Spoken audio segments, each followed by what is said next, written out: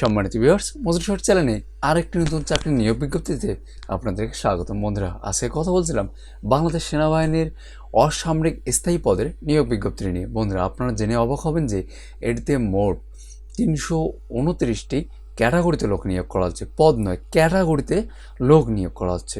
তো বন্ধুরা, আমরা সম্পূর্ণ ক্যাটাগরিগুলো নিয়েই যতটুকু পারা যায় আমি আলোচনা করে আপনাদেরকে চেষ্টা করব বিস্তারিত জানানোর জন্য, এবং সেই সঙ্গে আমরা এই ভিডিওতে দেখে নেব যে কীভাবে আবেদন করবেন এবং আবেদনের যে প্রসেসটি এখানে দেওয়া আছে সেটি বিষয়টি নিয়ে আমরা কথা বলব। তো সম্পূর্ণ এই প্রসেসগুলো জানতে এই ভিডিওটি না টেনে পুরোটি দেখার চেষ্টা করুন, তাহলে আশা করি সম্পূর্ণ আবেদন প্রক্রিয়াটি খুব ভালোভাবেই জেনে নিতে পারেন। তো বন্ধুরা, ভিডিওটি শুরু করার আগে ছোট্ট একটি অনুরোধ থাকবে, আপনারা যদি আমার চ্যানেলটিতে নতুন হয়ে থাকেন তাহলে অবশ্যই আমার চ্যানেলটিকে সাবস্ক্রাইব ও পাশে থাকা বেল বাটনটি ক্লিক করে আমাদের সাথে থাকবেন, কারণ আমরা প্রতিদিনই নিত্য নতুন চাকরি নিয়োগ বিজ্ঞপ্তি ও এডুকেশনাল ভিডিও আপলোড করে থাকি। তাহলে চলুন আজকের বিজ্ঞপ্তিটি দেখে নেওয়া যাক। বন্ধুরা, কথা বলছিলাম বাংলাদেশ সেনাবাহিনীর অসামরিক স্থায়ী পদের নিয়োগ বিজ্ঞপ্তি নিয়ে। বন্ধুরা, আপনারা দেখতে পাচ্ছেন যে এখানে আমি দেখাই দিচ্ছি আপনাদেরকে টোটাল এখানে পদ দেওয়া আছে অনেকগুলি। ওকে, আমি আসলে এই পদগুলো সম্পূর্ণ নিয়ে আলোচনা করতে গেলেই অনেক দীর্ঘ হয়ে যাবে ভিডিওটি। তো আমি চেষ্টা করছি যতটুকু আপনাদেরকে পড়ে শোনানো যায়। তো বন্ধুরা, 1 নম্বর যে পদটি দেওয়া আছে অফিস কর্নিক, এখানে আপনার শিক্ষাগত যোগ্যতা লাগবে HSC সমান পাস। ইংরেজি ও বাংলায় কম্পিউটারে মুদ্রাক্ষর গতি যথাক্রমে 30 ও 20 শব্দ হতে হবে। কম্পিউটার উপরে তান্ত্রিক ও ব্যবহারিক জ্ঞান থাকতে হবে। সমস্ত বাহিনীর অবসরপ্রাপ্ত সদস্যদের জন্য SSC পর্যন্ত শিথিলযোগ্য করা আছে। সমস্ত বাহিনীর অবসরপ্রাপ্ত সদস্যগণ অগ্রাধিকার যোগ্য। বন্ধুরা, সেই সঙ্গে দেওয়া আছে মেস ওয়েটার, শিক্ষাগত যোগ্যতা লাগবে SSC সমান পাস। দৈহিক উচ্চতা ন্যূনতম পাসপোর্ট 4 ইঞ্চি হতে হবে। সেই সঙ্গে 3 নম্বর পদটি হচ্ছে বার্তাবাহক, এটি 8ম শ্রেণী পাস, এবং সেই সঙ্গে দেওয়া আছে ড্রাফটম্যান, এটি হচ্ছে SSC বিজ্ঞান সমমান পাস। সেই সঙ্গে বন্ধুরা 5 নম্বর যে পদটি দেওয়া আছে কার্পেন্টার, এটি হচ্ছে 5ম শ্রেণী পাস, এবং সেই সঙ্গে বন্ধুরা 6 নম্বর যে পদটি দেওয়া আছে পরিচ্ছন্নতা কর্মী, এটি হচ্ছে 5ম শ্রেণী PSC পাস, এবং সেই সঙ্গে 7 নম্বর যে পদটি দেওয়া আছে বাবুর্চি, এটি হচ্ছে 8ম শ্রেণী JSC সমান পাস। সেই সঙ্গে দেওয়া আছে USM, এটি হচ্ছে 5ম শ্রেণী PSC। সেই সঙ্গে 9 নম্বর যে পদটি দেওয়া আছে বার্তাবাহক, 8ম শ্রেণী। সেই সঙ্গে 10 নম্বর যে পদটি দেওয়া আছে এটি হচ্ছে 5ম শ্রেণী। সেই সঙ্গে দেওয়া আছে 11 নম্বর মেস ওয়েটার, এটি হচ্ছে SSC সমান পাস। সেই সঙ্গে দেওয়া আছে সহকারী বাবুর্চি, 8ম শ্রেণী। 13 নম্বর যে পদটি দেওয়া আছে মেস ওয়েটার SSC। 14 নম্বর যেটি দেওয়া আছে মেস ওয়েটার SSC, এবং 15 নম্বর দেওয়া আছে মেস ওয়েটার SSC, এবং 16 নম্বর দেওয়া আছে বার্তাবাহক 8ম শ্রেণী।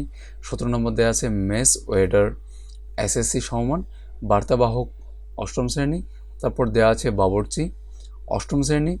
তারপর দেওয়া আছে এক্সচেঞ্জ অপারেটর HSC সমান পাস, নিরাপত্তা প্রহরী 8ম শ্রেণী। USM 5ম শ্রেণী, সহকারী বাবুর্চি 8ম শ্রেণী, মেস ওয়েটার SSC। সেই সঙ্গে দেওয়া আছে 25 নম্বর বাবুর্চি 8ম শ্রেণী। 26 নম্বর হচ্ছে পরিচ্ছন্নতা কর্মী 5ম শ্রেণী। সাথে দেওয়া আছে টেইলর 8ম শ্রেণী JSC সমান পাস। সেই সঙ্গে 28 নম্বর দেওয়া আছে বার্তাবাহক 8ম শ্রেণী। 29 নম্বর যে পদটি দেওয়া আছে বন্ধুরা, এটি হচ্ছে অফিস কর্নিক, SSC সমান পাস। ইংরেজি ও বাংলা কম্পিউটারের মুদ্রাক্ষর গতি যথাক্রমে 30 ও 20 শব্দ হতে হবে। বন্ধুরা, সেই সঙ্গে দেওয়া আছে 30 নম্বর স্টোর কিপার, এটিতে স্নাতক সমান পাস প্রয়োজন আছে। তাছাড়া খ্যাতনামা কোনো প্রতিষ্ঠানে ভান্ডারে স্টোর কিপার হিসেবে কমপক্ষে 5 বছরের বাস্তব অভিজ্ঞতা প্রয়োজন হবে।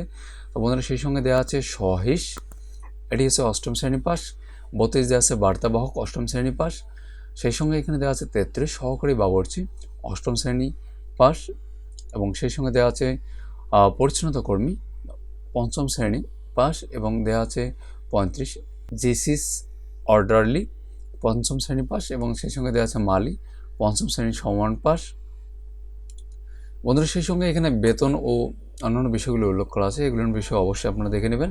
37 নম্বর আছে মেস ওয়েটার SSC সমান পাস, মেস ওয়েটার SSC সমান পাস, মেস ওয়েটার SSC সমান পাস।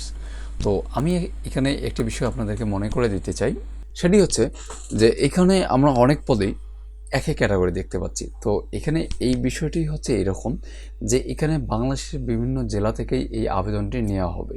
তো অতএব এখানে যে কোনো পদে বাংলাদেশের যে কোনো জেলা থেকে আবেদন করা যাবে না। এখানে যে জেলাগুলির কথা উল্লেখ করা আছে এই জেলাগুলি থেকেই শুধুমাত্র আবেদন করতে পারবেন এবং কোন বরাবর বা যে বরাবর আবেদনটি করতে হবে সেটিও এখানে উল্লেখ করা আছে। সেই বরাবর সেই জেলা থেকে আপনাকে আবেদনগুলি করতে হবে। তো এখানে যে যতটি পদ আছে আমরা বিভিন্ন পদেই দেখতে পাচ্ছি যে অনেক পদগুলি সেম। তো আসলে এখানে সেই বিষয়টি যে জেলার উল্লেখ করা আছে এটি অবশ্যই মাথায় রাখবেন যে আপনি ওই পদটিতে সেই জেলা থেকেই আবেদনটি করতে পারবেন। সেই সঙ্গে এখানে বেতনগুলো দেওয়া আছে, অবশ্যই দেখে নেবেন। তো বন্ধুরা এইভাবে এখানে মোট 329টি পদ দেওয়া আছে। তো আসলে সম্পূর্ণ পদগুলো বা সব পদগুলো এভাবে উল্লেখ করা আসলে সম্ভব না। তো আমি এই মেন বিষয়গুলো আপনাদেরকে জানিয়ে দিয়েছি। সেই সঙ্গে বন্ধুরা এই যে বিজ্ঞপ্তিটি দেওয়া আছে এই বিজ্ঞপ্তির লিঙ্ক আমার ডিসক্রিপশনে দেওয়া থাকবে, আপনারা চাইলে সেখান থেকে ডাউনলোড করে নিয়েও সম্পূর্ণ বিজ্ঞপ্তিটি খুব ভালোভাবে দেখে নিতে পারবেন।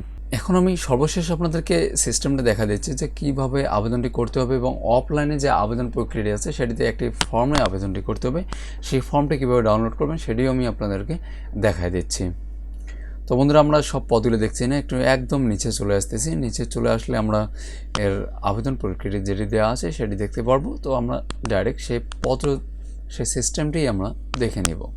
তো বন্ধুরা সব কিছু দেখে নেওয়ার পর এখানে দেখবেন যে প্রার্থীকে জনপ্রশাসন মন্ত্রণালয় কর্তৃক নির্ধারিত অর্থ বিজ্ঞপ্তি শেষে প্রদত্ত নমুনা ফর্ম অনুযায়ী নিজ স্বাক্ষরপূর্বক আবেদন করতে হবে।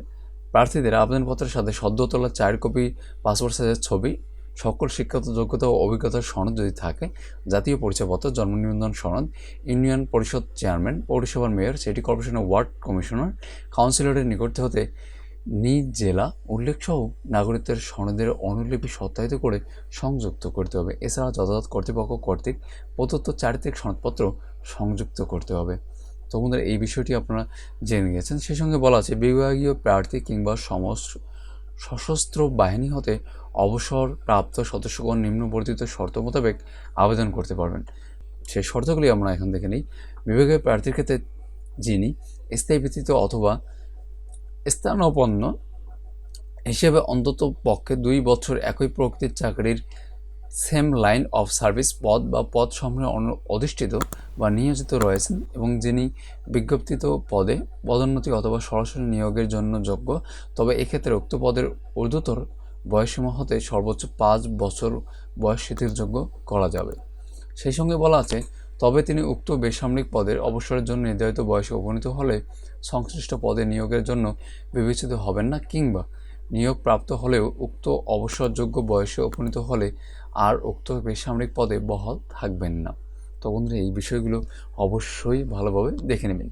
জনপ্রশাসন মন্ত্রণালয় শাখা বিধি 1 পত্র নং ইডি আর তারিখ 28 নভেম্বর 1984 অনুযায়ী সশস্ত্র বাহিনী হতে অবসর বা অব্যাহতি প্রাপ্ত কোনো নন কমিশন্ড অফিসারকে বেসামরিক পদে নিয়োগের ক্ষেত্রে তিনি যতদিন সামরিক বাহিনীতে কর্মরত ছিলেন সর্বোচ্চ ততদিনের জন্য বয়সসীমা শিথিল করা যাবে।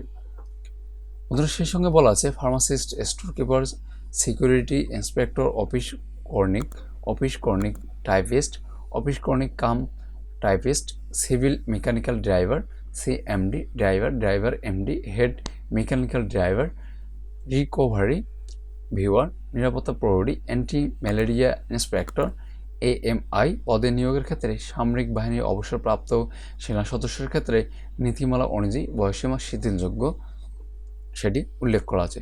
তারপর বন্ধুরা এখানে 5 নম্বর শর্তাবলীতে বলা আছে প্রার্থীদের জাতীয় পরিচয়পত্র থাকতে হবে। জাতীয় পরিচয়পত্র না থাকলে নির্বাচন কমিশন কর্তৃক প্রদত্ত জাতীয় পরিচয়পত্রের রসিদ থাকতে হবে এবং নিয়োগপত্র প্রদানের পূর্বে অবশ্যই জাতীয় পরিচয়পত্র দাখিল করতে হবে। বন্ধুরা সেই সঙ্গে 6 নম্বর যেটি বলা আছে 6 ফেব্রুয়ারি 2021 তারিখ সকল পদের জন্য আবেদনকারী বয়স 18 থেকে 30 বছরের মধ্যে হতে হবে। মুক্তিযোদ্ধা সন্তানদের ক্ষেত্রে বয়সসীমা সর্বোচ্চ 32 বছর শিথিলযোগ্য করা আছে। সেই সঙ্গে বন্ধুরা বলা আছে সংশ্লিষ্ট পদে বিপরীতে উল্লেখিত কর্তৃপক্ষের অনুকূলে 200 টাকা পে অর্ডার, ব্যাংক ড্রাফট অফেরতযোগ্য এবং প্রার্থীর বর্তমান ঠিকানা যেই ঠিকানা ডাকযোগে প্রবেশপত্র প্রেরণ করা হবে সম্মিলিত একটি ফেরতখাম 10 টাকার ডাক টিকিট সহ সংযুক্ত করতে হবে। ডাক যোগাযোগের ঠিকানায় পোস্ট কোড অবশ্যই উল্লেখ করতে হবে। তো বন্ধুরা এই বিষয়টি আমি আপনাদেরকে বুঝিয়ে দিচ্ছি একটু। সেটি হচ্ছে যে ধরুন আপনি এই পদটিতে আবেদন করতে যাচ্ছেন, তো এই পদটিতে আবেদন করার জন্য আপনাকে জেলা অবশ্যই মুন্সিগঞ্জ হতে হবে। তো বিপরীত যে ঠিকানাটি আছে সেই বরাবর আপনাকে আবেদনটি করতে হবে। অতএব আপনি যদি এই পদটিতে আবেদন করতে চান তাহলে এখানে যে অধিনায়ক মিলিটারি ফার্ম কুমিল্লা বিমানবন্দর কুমিল্লা, আপনাকে এই ঠিকানা বরাবর আপনাকে আবেদনটি করতে হবে। বন্ধুরা, সেই সঙ্গে দেওয়া আছে উল্লেখিত পদসমূহের নিয়োগের ক্ষেত্রে সরকার কর্তৃক নির্ধারিত সকল ধরনের কোটা যথাযথভাবে সংরক্ষণ করা হবে। মুক্তিযোদ্ধা সহ অন্যান্য কোটা চাকরি প্রার্থীকে আবেদনপত্রের সাথে কোটার সপক্ষে উপযুক্ত কর্তৃপক্ষ কর্তৃক স্বাক্ষরিত ও প্রতি স্বাক্ষরিত প্রমাণাদি প্রেরণ করতে হবে। অতএব আপনারা যারা মুক্তিযুদ্ধ কোটায় অন্তর্ভুক্ত হয়ে আবেদনটি করতে যাচ্ছেন তাদেরকে প্রতি স্বাক্ষরিত প্রমাণাদি প্রেরণ করতে হবে। এই বিষয়টি অবশ্যই মনে রাখবেন। সেই সঙ্গে সরকারি, আধা সরকারি, স্বায়ত্তশাসিত ইত্যাদি প্রতিষ্ঠানে চাকরিরত প্রার্থীদেরকে বর্ধিত শর্তাবলী পূরণ সাপেক্ষে যথাযথ কর্তৃপক্ষের মাধ্যমে নির্ধারিত তারিখের মধ্যে আবেদনপত্র প্রেরণ করতে হবে। এবং সেই সঙ্গে উল্লেখ করা আছে খামের উপর পদের নাম নিজ জেলা কোটা প্রযোজ্য ক্ষেত্রে অবশ্যই উল্লেখ করতে হবে। অসম্পূর্ণ এবং ত্রুটিপূর্ণ আবেদনপত্র বাতিল বলে গণ্য হবে। যে কোনো আবেদনপত্র বাতিল, সংরক্ষণ সহ নিয়োগ সংক্রান্ত সকল বিষয়ে কর্তৃপক্ষের সিদ্ধান্ত চূড়ান্ত বলে গণ্য হবে। বন্ধুরা, সেই সঙ্গে বলা আছে কারিগরি পদে নিয়োগের ক্ষেত্রে trust technical training institute Gazipur হতে প্রশিক্ষণপ্রাপ্ত প্রার্থীদের অগ্রাধিকার দেওয়া হবে। সেই সঙ্গে 13 নম্বরে বলা আছে মৌখিক পরীক্ষার সময় সকল শিক্ষাগত যোগ্যতার মূল সার্টিফিকেট ইউনিয়ন পরিষদের chairman, city corporation, ward councillor এবং পৌরসভার মেয়র কাউন্সিলর কর্তৃক প্রদত্ত সার্টিফিকেট এবং জাতীয় পরিচয়পত্র দাখিল করতে হবে। নির্বাচনী লিখিত মৌখিক পরীক্ষায় অংশগ্রহণের জন্য আবেদনকারী কোনো প্রকার ভাতা পাবেন না। সেই সঙ্গে বলা আছে বিজ্ঞপ্তির অনুচ্ছেদে 2(2)(এ) উল্লেখিত অস্থায়ী পদসমূহের নিয়োগ এবং পরবর্তীতে স্থায়ীকরণের ক্ষেত্রে গণপ্রজাতন্ত্রী বাংলাদেশ সরকার মন্ত্রী পরিষদ বিভাগ 7 এত তারিখ 3 মে 2003 এর নীতিমালা যথাযথভাবে অনুসরণ করা হবে। সকল পদের বিপরীতে ডান পার্শ্বে কলামে উল্লেখিত ঠিকানা আবেদনপত্র পৌঁছানোর শেষ তারিখ হচ্ছে। অতএব 6 ফেব্রুয়ারি 2021 তারিখের মধ্যে এই আবেদনগুলো পাঠাতে হবে এবং প্রতিটি আবেদন এই পদের বিপরীতে যে ঠিকানাটি দেওয়া আছে এই ঠিকানা বরাবর আপনাদেরকে প্রেরণ করতে হবে। এই বিষয়টি অবশ্যই মাথায় রাখবেন। তো বন্ধুরা, এখন আমরা দেখে নেব যে কোন ফর্মটিতে আপনাকে আবেদনপত্রটি পূরণ করতে হবে।